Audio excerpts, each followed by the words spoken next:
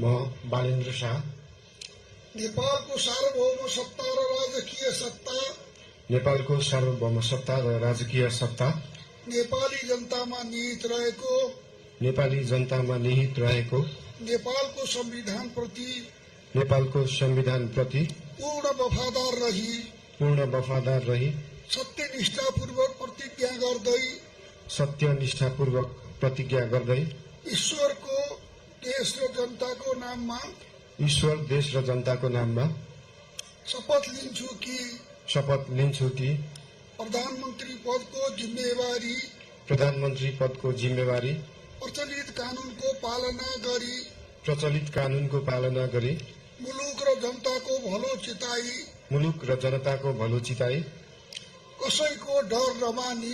कसैको डर नमानी पक्षपात नगरी